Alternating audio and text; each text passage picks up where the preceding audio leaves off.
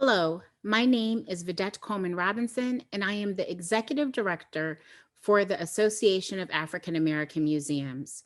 Thank you for joining us for our conversations from the field. We are absolutely delighted to be able to bring these sessions to you. We have listened to you all for several years, and every single session that we are offering is just one of those things that you guys have said that you wanted to learn a little bit more about. Also, in response to COVID-19, we had excellent programming scheduled and delivered for you that really speaks to what the field is enduring, and will hopefully give you really great items and marching orders to be able to continue to have tremendous tenacity and buoyancy through these crazy times. I am just so proud of each and every one of you for continuing to show your tenacity, your buoyancy, and just your grit as we muster through these crazy times together and locking arms. I would be remiss not to thank the Smithsonian's National Museum of African American History and Culture's Office of Strategic Partnerships.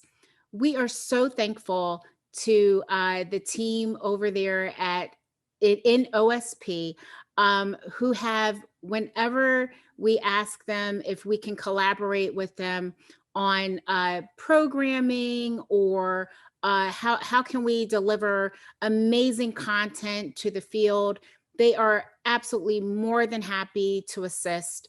And I am so grateful for our continued relationship and partnership.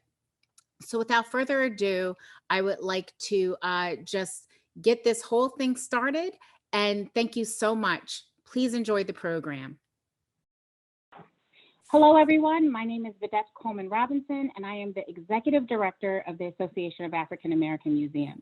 I'm saying that really, really quickly because we are under the gun for time, and I want to be respectful of everyone's time. Tonight, the Emerging Museum Professionals put together this wonderful program that I'm really, really excited about. It's called The Art of Negotiation, Contracting and Consulting in Museums. Brandon Nightingale, who is leading the charge tonight, has tapped several AAAM members on the shoulder, Richard Josie, John West Bay, and then, Richard, I said your last name correctly, right? Because I don't want you to blow me up on Facebook saying that I did it incorrectly, and all these years that we've known one another, Vidette just got it all wrong. And then also Bridget Jones. The thing that is really, really exciting about this conversation is it's really just giving you a whole different perspective of what you can do in our field. Several years ago, when the world was a little bit more open, Bridget came to me. We were sitting down at a conference, and she was just like, well, what else can I do? And I was like, girl, start an LLC, get out there, get your brand tight, tell people about who you are, because there's going to be times that you're in your job and your boss is not going to allow you to do what you want to do. So go ahead and pivot and do something that speaks to your heart and soul. So with that, I'm going to pass my mic that's invisible over to Brandon so he can just take off running. Thank you, sir, for everything that you've done. Thank you for putting this wonderful, wonderful panel together. I'm going to put myself on mute so that you guys can just move forward. And if Brandon, before we start, if we can all just have a moment of silence for our brother DMX who has passed. I cannot be who I am in this field, but then I also cannot just be who I am, period, and not just acknowledge this brother. You know, too many times we just go through the world with blinders on and not really paying attention to the people who are hurting. And when they are hurting, we don't know what to do or how to help them. Let this really just resonate with us just for a bit so that we can know and tap into just our human selves.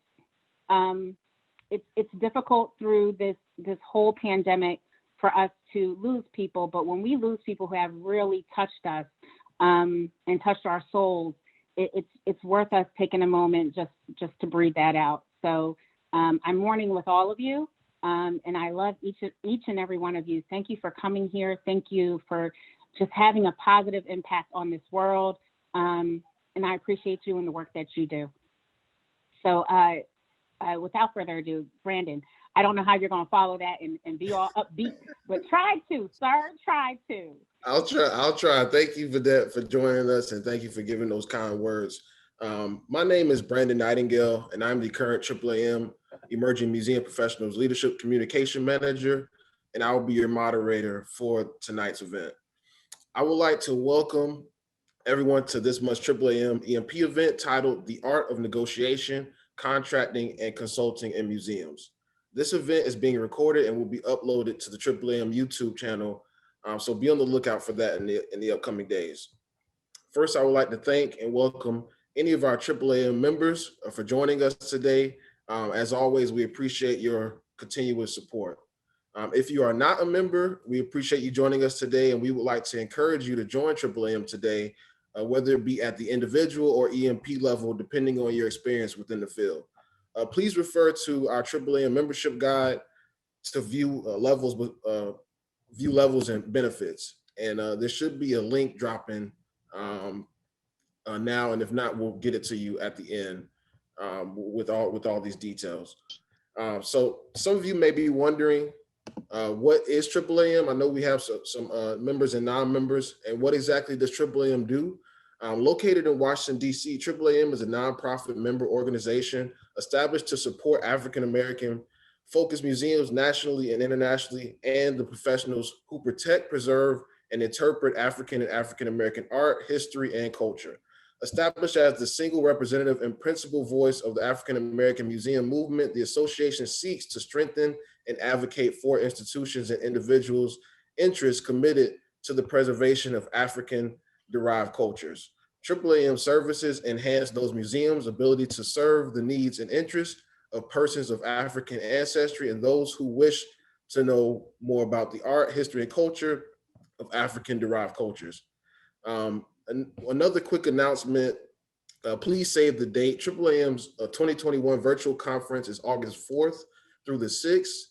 I know we all love to get together, but last year's conference was virtual, and we still had a great time, great lineup, and I'm sure we got some great things planned for you this upcoming August 4th through the 6th. Registration is open, and in the meantime, you can please refer to the official conference announcement, and like I said, we'll get that link to you. If it's not being dropped now, we'll get it to you at the end. The Associated African American Museums recently announced that the 2021 AAAM conference will be held virtually. The conference is designed to provide networking opportunities for young museum professionals, professional development, and online learning. We had a great time last year, and once again, looking forward to this year's conference. One of the most requested options during the 2020 conference was the virtual speed networking session, and this will be on the 2021 lineup also. So definitely want to be on the lookout for that. To learn a bit more about AAAM and what's going on, or if you want to become a sponsor, you can contact info@blackmuseums.org for additional information. So that wraps up our announcements. And once again, we'll double back and announce that at the end when we wrap up. But today we're here for the purpose of this event. And just a little bit about the event, why Vedette kind of spoke on it a little bit, getting into freelance work, whether it be contracting or consulting. As an emerging museum professional, the thought of contracting and consulting can be somewhat confusing at first glance. The complexity of contracting increases sharply when individuals contract independently. Individuals can establish their own single entities as sole proprietor companies and then take on entity-to-entity contracts with different organizations. As we progress in our careers as up-and-coming professionals, the AAAM Leadership Committee felt obligated to discuss the do's and don'ts when it comes to contracting and consulting as a museum professional. Also, during the pandemic, A lot of us have had to rely on other sources of income and other revenues due to our jobs not being available. So this, I think, will be beneficial to a lot of people. Today, I'm joined by a great group of individuals who may know a thing or two about contracting and consulting and what goes on when we talk about negotiating. Um, First, I'll introduce him. First, we have Mr. John Westbay. John is an independent curator and museum consultant based in Washington, D.C. He is also a lecturer in the Master of Arts in Museum Studies program at Johns Hopkins University. During his over 24-year career, John has curated over 50 exhibitions and produced and managed numerous award-winning public, educational, and multimedia programs over multiple disciplines, including history, art, and cultural studies. He is also the founder of the American Poetry Museum in Washington, D.C., and spent 10 years as its executive director. Next, we have Ms. Bridget Jones. Bridget is currently the curator of social history for the Tennessee State Museum in Nashville, Tennessee. Her work includes the preservation and interpretation of the vast social histories of the many diverse cultures that inhabit the state of Tennessee, including but not limited to African American history, Latino history, and Middle Eastern history. Ms. Jones is a Memphis native and holds a Bachelor of Arts degree from the historically Black Tennessee State University in Nashville, Tennessee.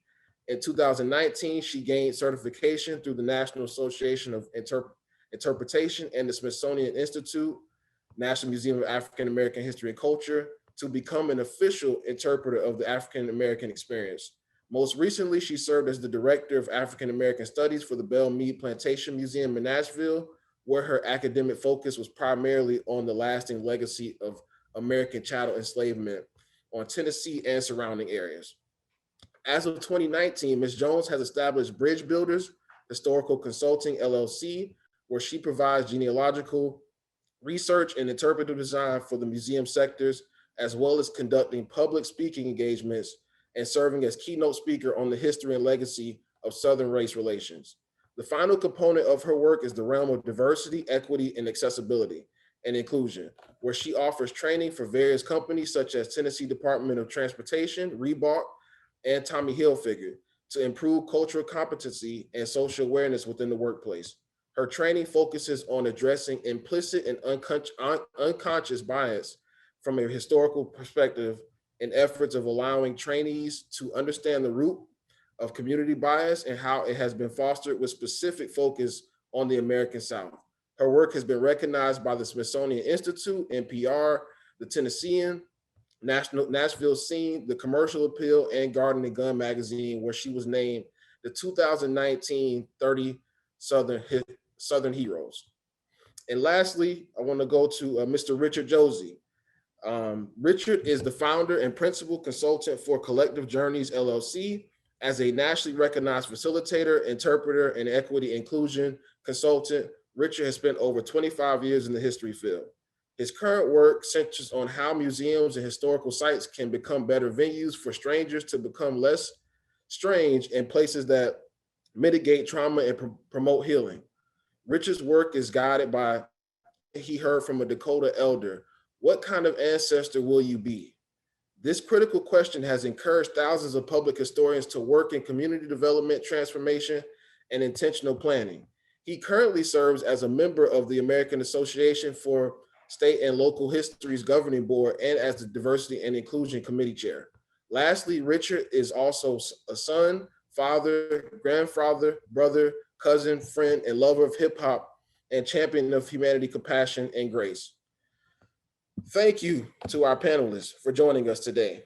And I would like to jump right into the discussion. My first question will go to John, and then I'll go on to Bridget, and then we'll end off with Richard, and we'll stay in that same order throughout today's event. And we'll end off with questions from our audience. So if you could please drop any questions that you have in the chat below, and we'll make sure we get that to you. And we'll make sure we address those questions. If you're joining us, again, we thank you. So the first question goes to John. John, can you tell us, how did you get into consulting in the museum space? And more importantly, why? Or was it something that was it an event or something that got you involved? Can you kind of tell us about that? Right.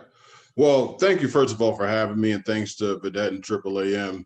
How I got into museum consulting is, I've always kind of had a bit of an independent streak throughout my entire career. From starting American Poetry Museum, I always wanted to do something that wasn't necessarily tied to an institution.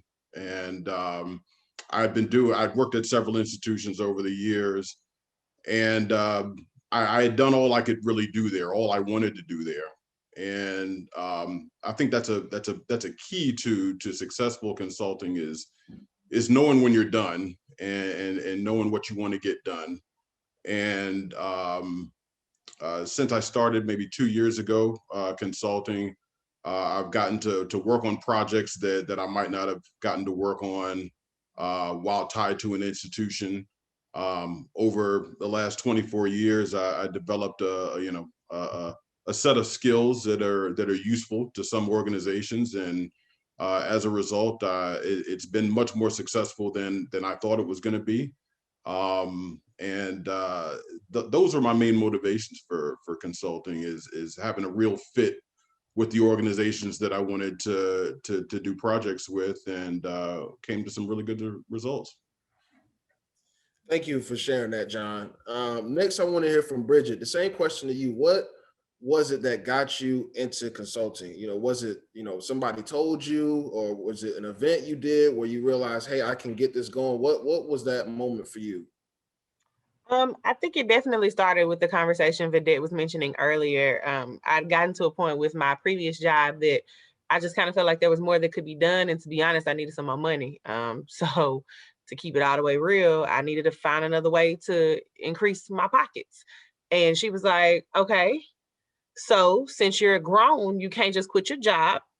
You have to be smarter than this. So you need to find out a way that you can strategically place yourself in situations that can be beneficial to you outside of your job. In other words, start a business.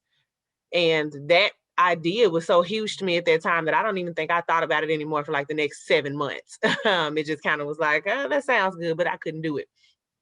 Fast forward, Tommy Hilfiger, the company, had a conference in Nashville. And at the time I was a director at Belmead Plantation, and they thought that it would be great diversity training to come to a historic plantation.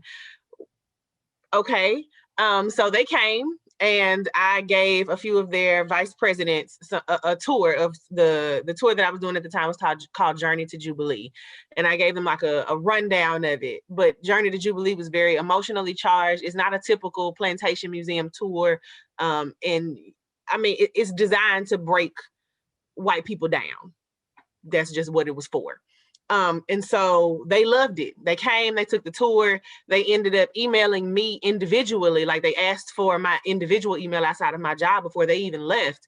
And I gave it to them. They emailed me. They're like, hey, we'd like to work with you outside of what you do. So it was literally like divine timing. And we started an amazing working relationship, and I'm still working with them today. So that was kind of when the world kind of opened up. And I had just so happened to have done all the paperwork right before. And I did the paperwork on a whim just to do it and be legal. And it came in so handy right at that moment. So thank you, Vedette, for dropping those gems, and the rest is history. So here we are. Nice. So it sounds like we're all gonna be getting some Tommy Hilfiger from from Bridget. I tried. It gets to be nice. I ain't gonna lie.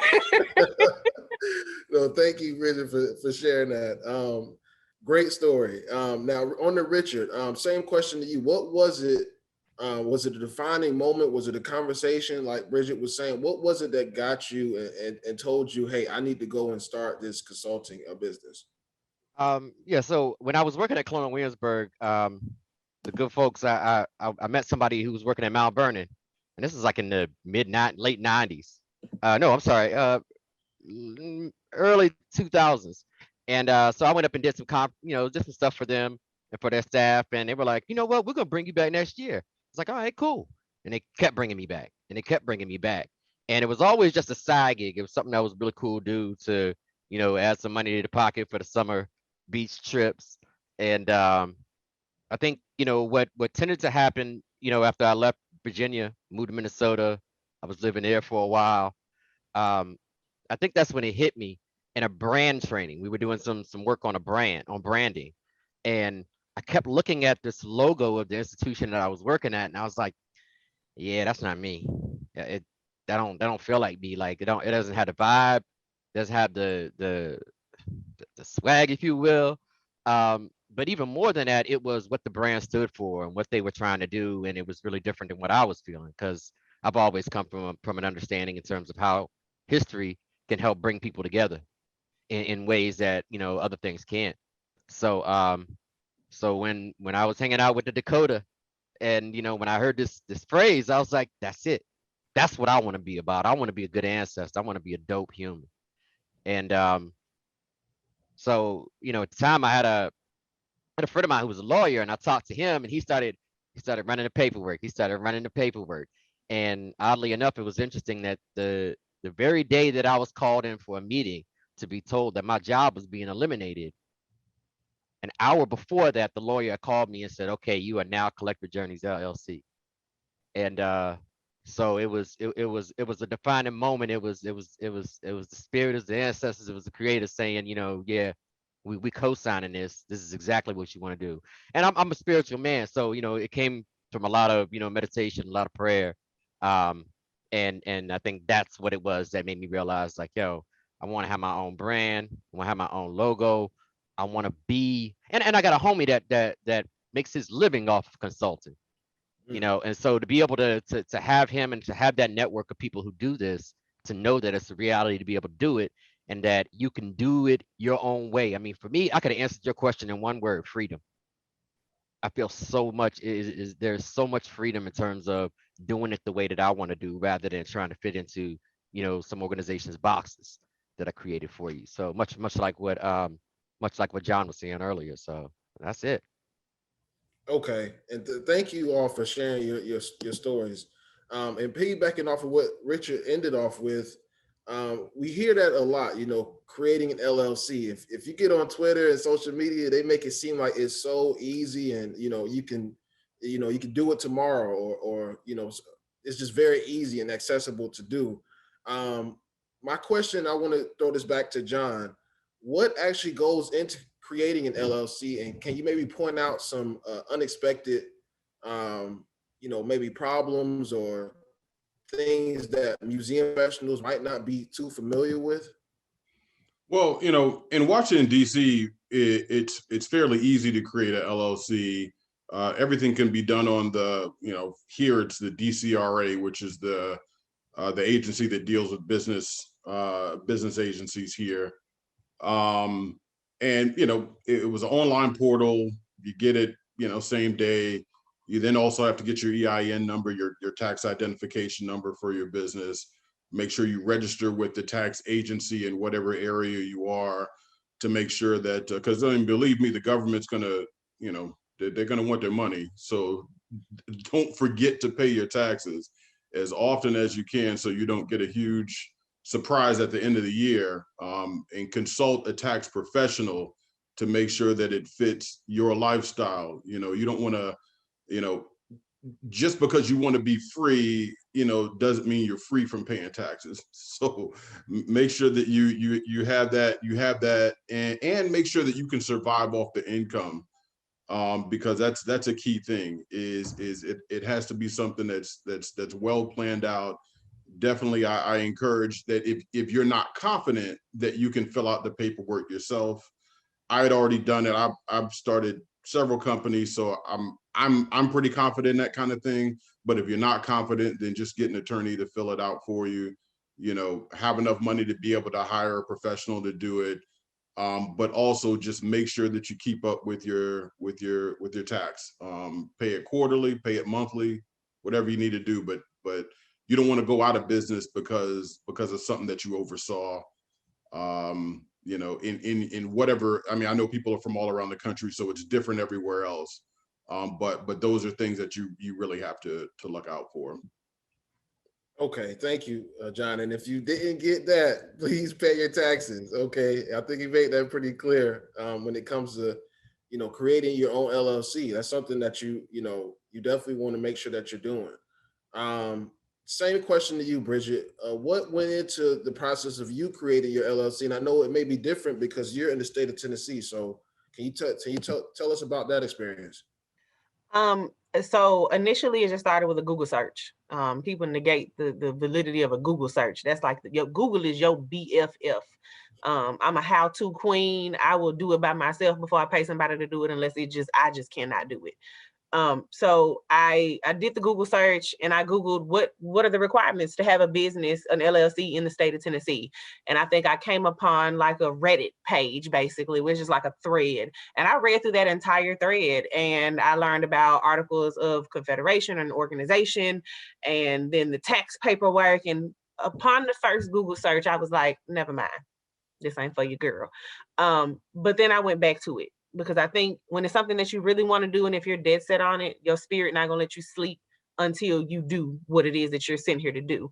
And that was part of my journey. So once I literally stepped out on a whim, I printed out every page. I had to find out to go to the Tennessee Secretary of State and then go find and dig until I found the necessary paperwork that I needed to actually fill out and take in. And then I had to go take it in. And I remember the day of assuming that it was going to be like $150.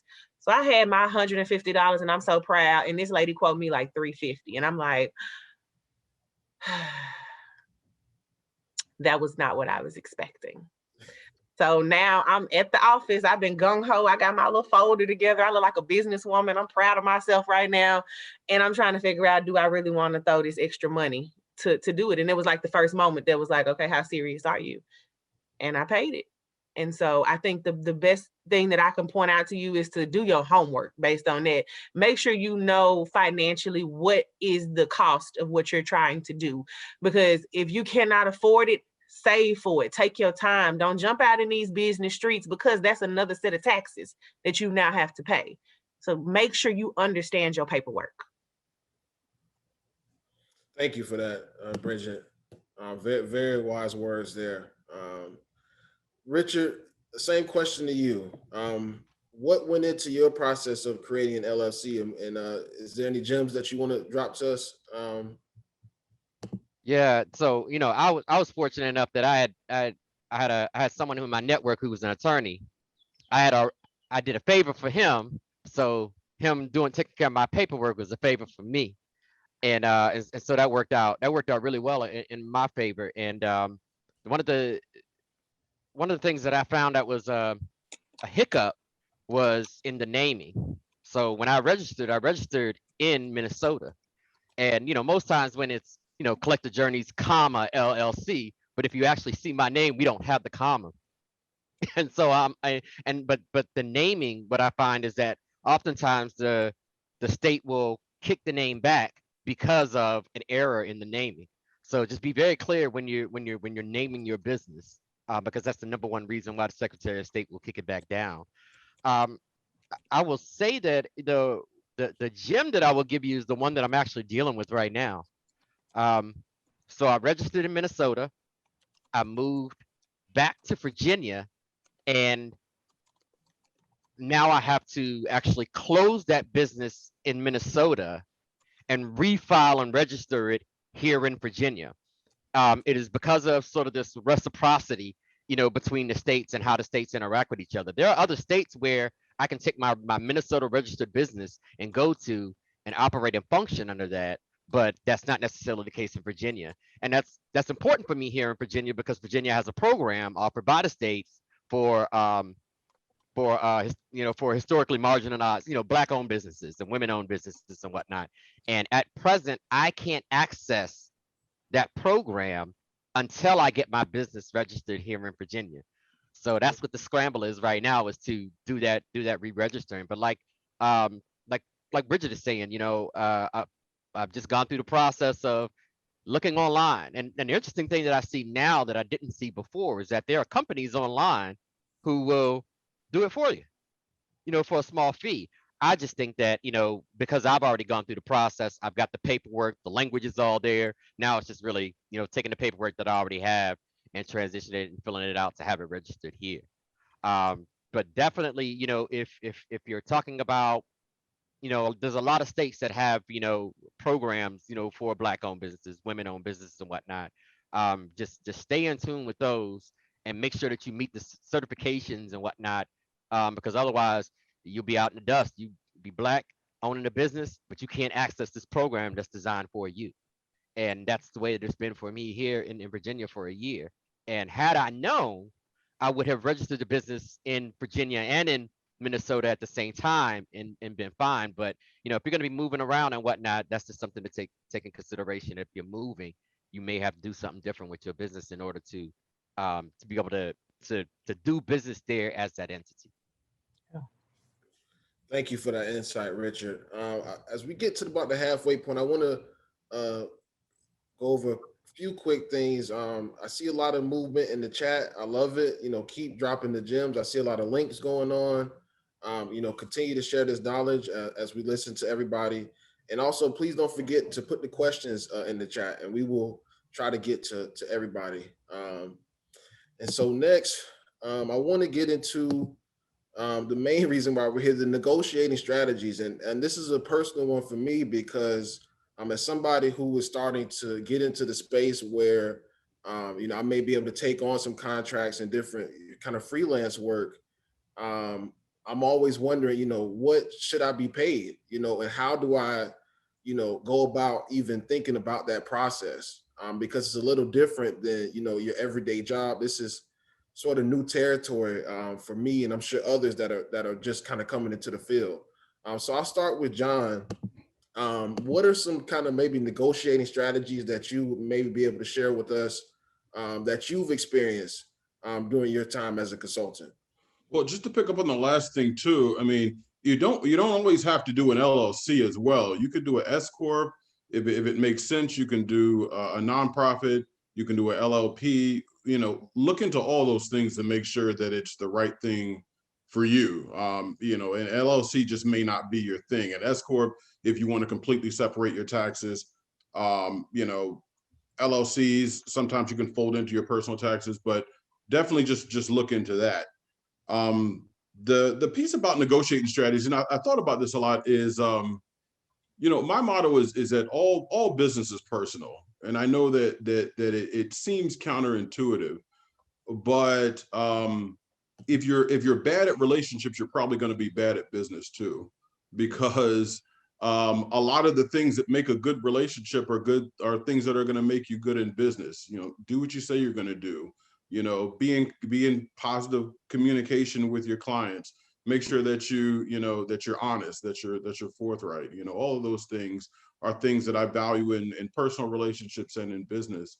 So with negotiation, it's no different than any other productive communication with anyone else. You say what it is that you do, but more importantly, determine what it is that you don't do. Because it can be really tempting to say yes to everything, because especially if you're kind of jumping out there on the ledge, you're like, yep, I can do that, yep. But I'm very clear with my clients what I don't do. I specialize in curatorial consulting. I don't do diversity training. I'm not going to sit with your board and explain to them things that I think they should already know. I'm not going to design an education program for you. I will tell you specifically what it is that I can do, and I'll tell you that I've been doing it for 24 years, so I know what I'm doing, and this is what it's going to take for me for my time. So there's three main strategies that I use. Is I have to then decide, is this a flat fee project? Do you want me to do something that I can go in a certain amount of time and finish, and then you just pay me for that? Is it a flat fee thing that you've already in your mind built the hours for? Is this a thing that will take a long time, and should I bill it hourly? And does it make sense for it to be hourly? But if you do an hourly contract, you have to just make sure that your client is very clear that they can't just hire you because they don't want to hire an employee, or they don't want to play benefits. That I've always found that to be a red flag. If somebody wants to hire you just because they don't feel like paying for a curator or a DEAI director, look, just be very honest that that, you know, if you need to have somebody on staff, you as the consultant may even need to tell them that, look, you know, I can't do that. You should probably hire that staff. And the other thing is just to, you know, look at other kind of more flexible ways. You know, like for some clients, you may need to have a retainer. You know, you may say, look, I don't know how much, you know, because there are genuinely complicated projects. So you may say, okay, you know, I don't know how long this thing is going to take. So let's just say you pay me X amount every 30 days, and then we'll come back after that 30 days and see if we need you again. But just give yourself the flexibility and be open and honest with what it is that you do and what it is that you don't do. Very, very good advice there. And I want to go into Bridget, leading off with something that John said about, you know, being a yes man, and I think, or yes woman. And I think that's very important because I think, you know, in the work that we do, we're so willing to help and, you know, always say yes, yes, yes. But as someone who just started in this sort of space, Bridget, how have you navigated through that? You know, did you take the first offer that was given to you? Were you able to negotiate without kind of revealing too many details? Can you go into that? Absolutely. So I mean, just as a disclaimer, I'm extremely new to this. I literally stepped out on a ledge and bet on myself. So a lot of things, as people are talking, I'm learning too. So I'm here as a student just as much as I am here trying to help teach. So I took everything. Like if you came at me, you was willing to pay me. Yes, I was exhausted. That is what I will say. I was exhausted, and I'm a mother. I'm a fiance. I was exhausted. I was working until like 9 p.m. every night. I ain't seen my baby. He knocking on the door. He want a hug. It's horrible. You know, it was definitely a time balance. So I think what I learned to do was, like he said, narrow down what it is that I do. Because the first lesson I learned is that I don't prefer to do genealogical work. I will do it. I don't really want to. My first genealogical client I took on was, ironically, love him to death, the CEO of the National Museum of African American Music, Henry Hicks. Great man. Reached out to me to do his genealogy. Wonderful time for me to realize I don't want to do this because it's tedious. It's long. It literally takes so much time because you have to think so many of these records are not available concerning Black people. So it takes a lot of digging. And I actually said I was going to do that for free because I was trying to get my foot in the door. Man, listen. Luckily, he paid me out of the goodness of his heart. And it was a nice check, but still, I'm learning. I didn't have to learn because I'm still going through this now. I had to learn to tell people no and to learn what I don't do. And if you ask me to do genealogy, I'm taxing because it's hard, it's long, and it takes too much of my time. So I think being firm on your hourly rate, being firm on your contractual rate, and you have to just say it. People are going to tell you yes or no. And if they tell you no, that's fine. You'll find another client. They will pay. But you have to learn to stand firm on that and be okay with what your hourly rate was. I just got turned down for the first time last week. It's okay. Because somebody else paid it a month before that. So you learn as you go, I think. That's what I got. Very, very good advice there. Richard, the same question to you. You know, talk about that negotiating process and, you know, what really goes into the numbers when you talk about taking on some of these jobs. Yeah, for me, it was, you know, leveraging my network to figure out how much y'all pay, how much y'all charge, how much y'all charging, and you know, the homie hit me up with a figure, and he said, Richard, think $1,000 a day off top. He said, don't think about hourly, think about daily, because even if they want you to if they want you to facilitate something for, you know, do a 4-hour workshop. Okay, well, you've got work that you got to do before the workshop. You got work that you got to do after the workshop. That's 8 hours. Okay, that's That's a full day. That's 8 hours. Think $1,000 a day. And I said, and me, I'm thinking like, man, you about to have me talk myself out of a gig. Like, I don't have no 9 to 5, bro. This is what I got. And he said, trust me, I've been doing this for a long time. $1,000 a day. He said, and plus, you come in with a skill set and some things that I'm not coming with. And so I stepped out on it, and like Bridget, I can't tell you how many times I've undercharged myself just because I wanted to work. I don't do that no more. At least at the point in time when the websites go out, and then all of a sudden I got a couple of interviews and articles, and then I'm chair DNI at ASLH, and people are calling me up. Oh yeah, I'm $1,000 a day, bruh. And the other thing that I think, for me, that comes into this is thinking about the organization that I'm going to work for. Who the client is that I'm working with, because if I know that your organization is, y'all got a million plus revenue each year, then if I say $1,000 and y'all start balking, then I'm like, oh, okay, all right, never mind, y'all ain't want me, that's cool. But if you're not bringing in any revenue, then I might not go to $1,000, because because my purpose is to try to help people. Some organizations, I'm really intentional in understanding the organization that's calling me, or that I'm looking to do some work with, because as John was saying earlier, and I think Bridget was saying the same sort of thing, like, relationship is everything. And I know that we might talk about this later on, but relationships is the basis for how I get contracts.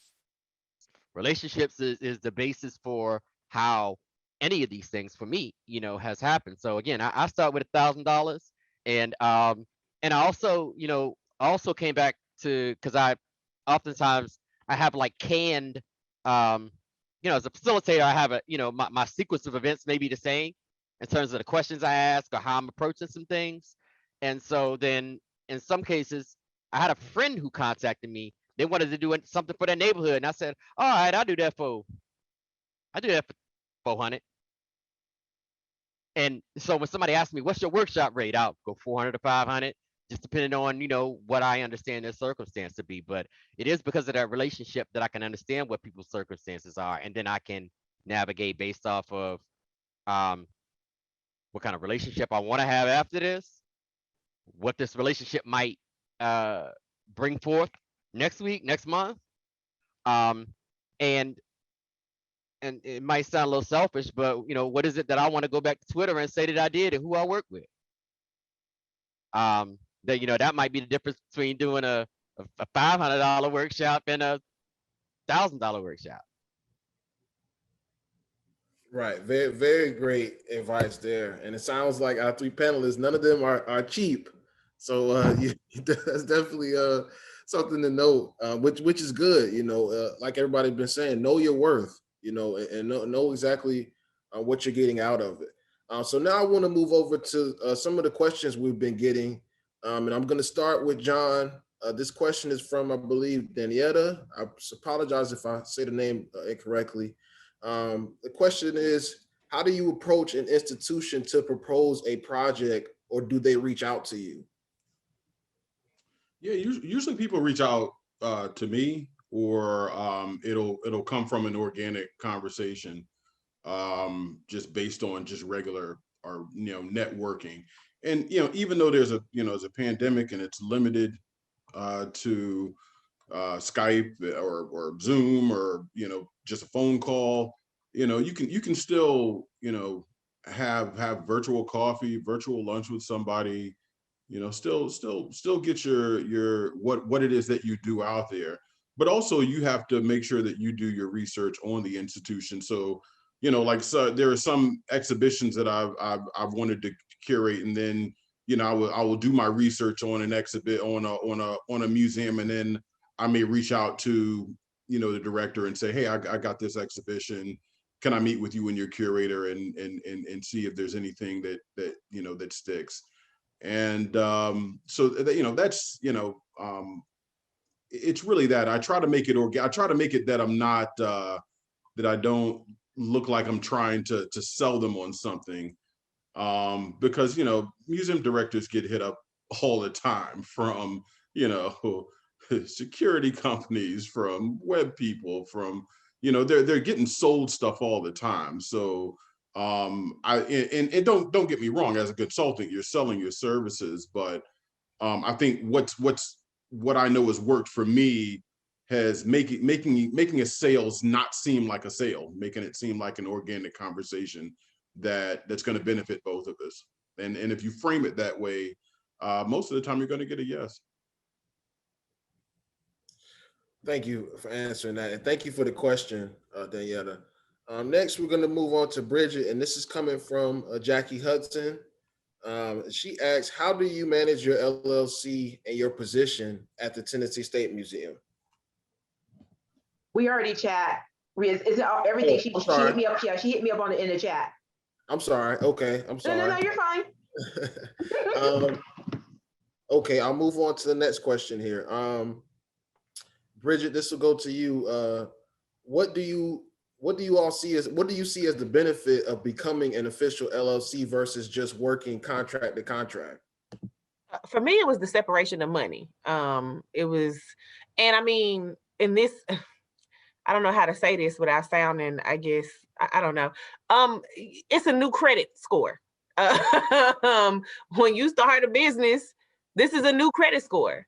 So there are things and loopholes, and I will say, don't try to figure this out by yourself. Definitely consult an accountant. Be smart about the moves that you're making, but there are a lot of things that can be beneficial to your day-to-day life by starting a business. There are a lot of things that can get paid for through your business, and you can get it back on your taxes.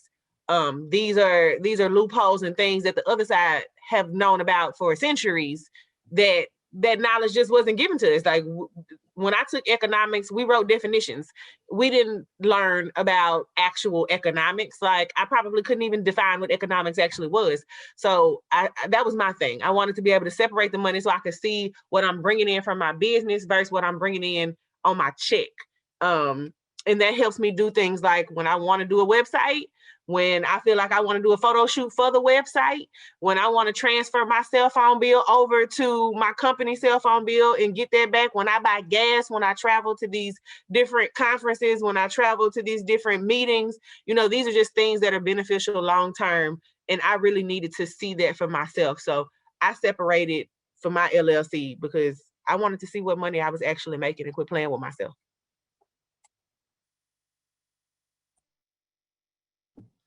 Great response there, and thank you for that question. Next, and I'm gonna throw this one to Bridget again because I know this is right down her alley, and this is coming from Levon Williams. Specifically, those where equity and inclusion are part of their consultant skill set. Is there anything different about how you approach those projects as opposed to, say, more history and curatorial type projects? They're not for me. I approach, especially D&I, anything dealing with that, I approach from a historical perspective, because 9 times out of 10, a lot of the companies who are requesting any type of D&I work are predominantly white. So they don't really know. They'll act like they don't know what our history really is. So before we can get into any conversation about why diversity and inclusion and accessibility and whatever else is necessary, you have to know how we got here to begin with. So I start everything with a history lesson. And then we'll go into strategies and situations about why your company is not being diverse, it's not being inclusive, it's not being equitable. So no, I don't approach anything any different. When I come to a museum, I'm gonna talk about the history. When I do diversity and inclusion, I'm gonna talk about the history, because if we would have talked about the history back then, we wouldn't be having this training right now, no way. Thank you for that response, Bridget. And I'm gonna kick it back to Richard. Question from, it's like Angel Thompson. Where do you search for consultant opportunities outside of federal contracts and organizational websites? I'm gonna tell you, I don't search for nothing. The beautiful thing is, and Bridget refers to the other side, the beautiful thing is that, my network is pretty diverse, and the moves that I've tried to make, again, I'm coming back to what John said earlier about relationships. the whole name of the business is Collective Journeys. So, I'm the founder and I lead this, but at the same time frame, if I, through my relationships, that's how I get tapped into many of these places through speaking engagements. I did a speaking engagement. I was a speaker keynote for Virginia Association of Museums just 2 weeks ago. After that presentation, I've had 4 emails about other speaking engagements and about not and contracts that have retainer type of status associated with it, which I find just pretty amazing. Um, I'm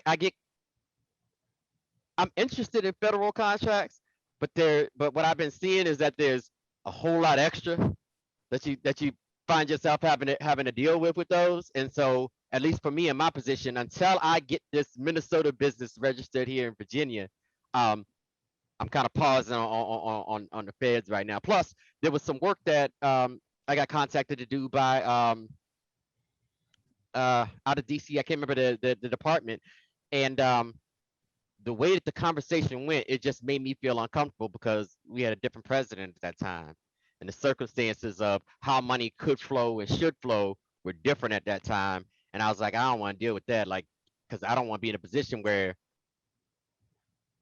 I got bills to pay, and it's looking like y'all not gonna come forward with the money. Um, so I think for me, again, it really is about the relationship. So much so that if somebody contacts me about, hey, we want to do DEAI work, and okay, that's what I do, but I already got a contract and I'm dealing with that, then I might call one of my homies up and say, hey, yo, check it out. We got this thing that's going on. You ain't got no, if you don't, especially if you don't have an LLC, or even if you do, I'm gonna contract with you and bring you in, because it is about the we before the me. And I think that's really about, why Collective Journeys was an ideal name for me, because I'm trying to figure out how to have that new model where when I step into the space, it's not just me, it's me and all my network and all the ancestors. We stack, and ready to move. And so that's how I approach sort of, those opportunities. I'll say one last thing, and that is RFPs. Um, I'm not a fan of RFPs, requests for proposals. You take so much time to respond to these RFPs and put all that information out there. I mean, like 3 days worth of work to pull all that stuff together, and then 2 days later they be like, "Nah, we're gonna go with somebody that we already wanted to go with anyway," right? And so I'm starting to grow more and more, away from RFPs, or at least until RFPs are really asking for the necessary information rather than your whole life story um, to submit. So I'll stop there. Okay, thank you, Richard, and thank you all for us putting in those questions. I see we got a couple more, but I want to kick it over to our executive director, Vedette, as she has a couple of things she wants to say. Thanks. So one thing, thank you, Richard, for mentioning the RFPs, because that was something that I wanted the panel to touch upon. We get a ton of RFPs that come through the office, and we have folks that are always like, well, nobody applied. And I'm like, can we make it less cumbersome?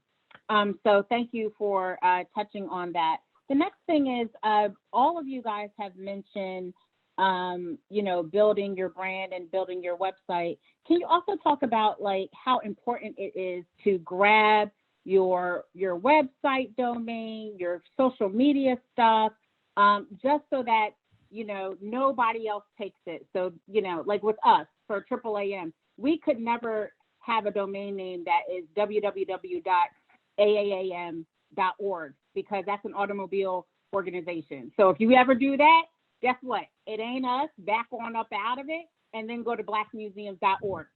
Drop it in the chat, because that's what it is.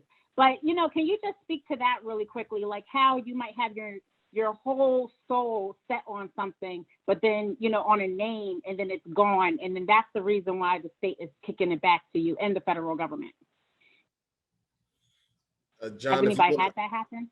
You want to take that, John? I mean, yeah, that sounds pretty bad. I mean, I didn't really have that issue.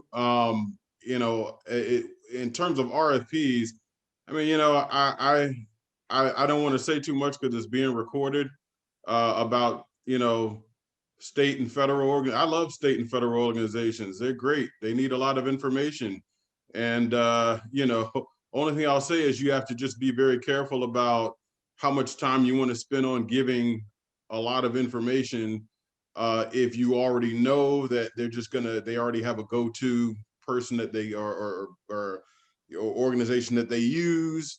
I mean, it can be cumbersome, especially the federal ones, because they need a lot of information.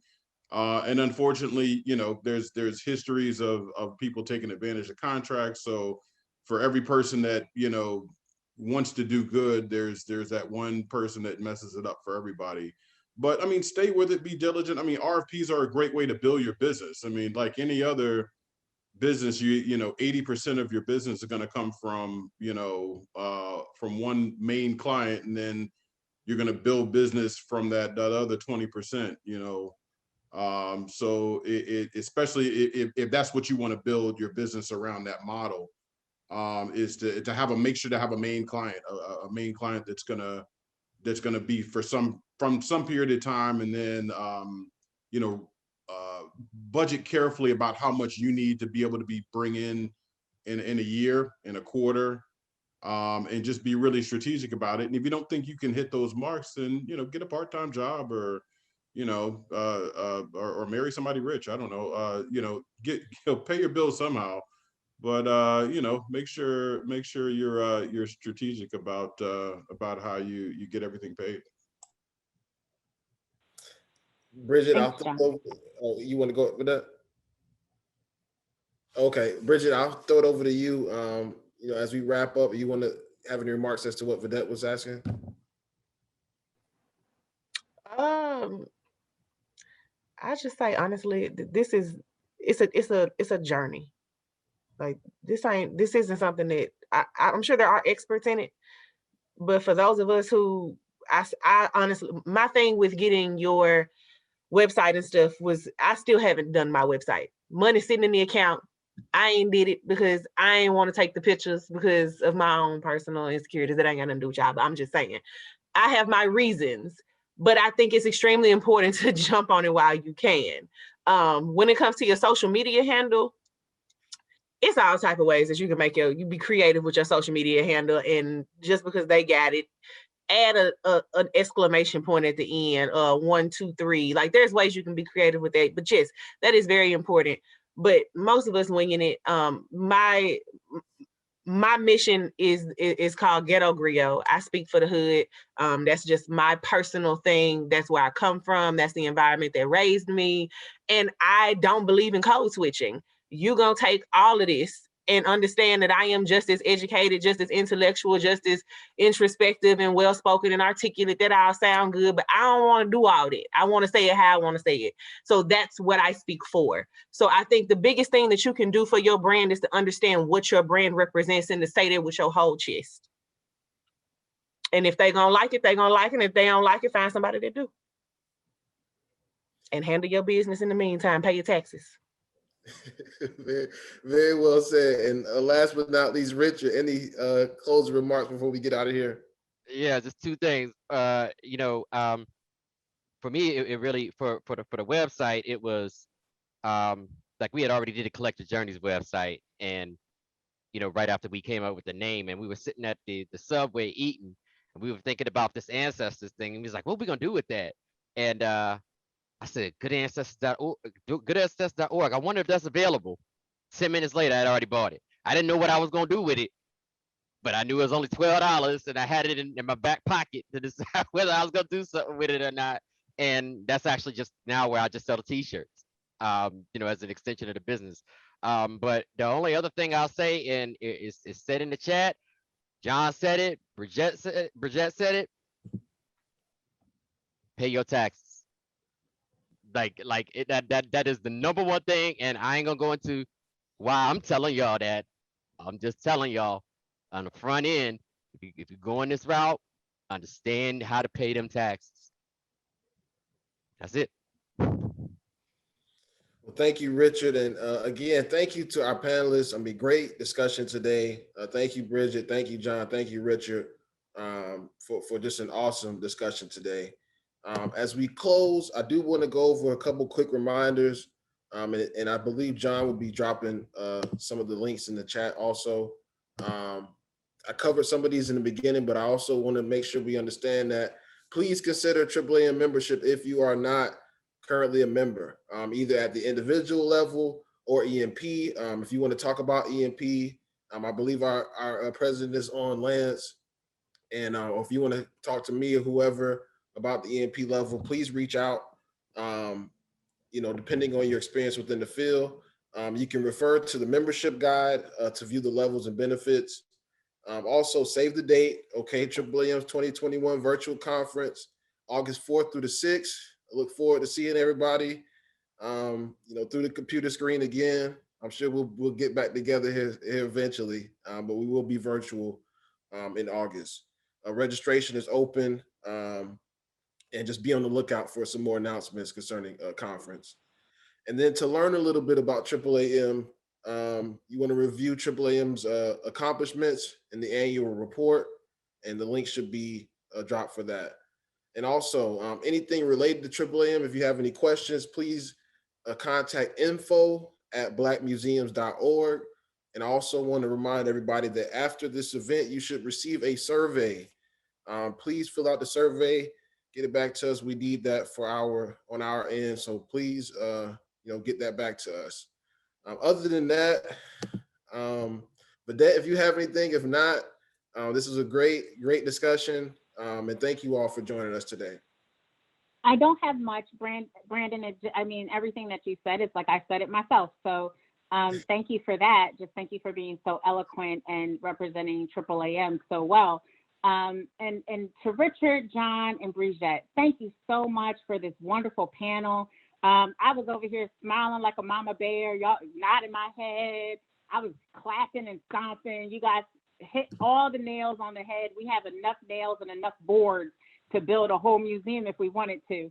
And as Richard has said, just please, for the love of God or whomever you believe in, yes, pay your taxes, because if you do not, guess who they're going to make an example of?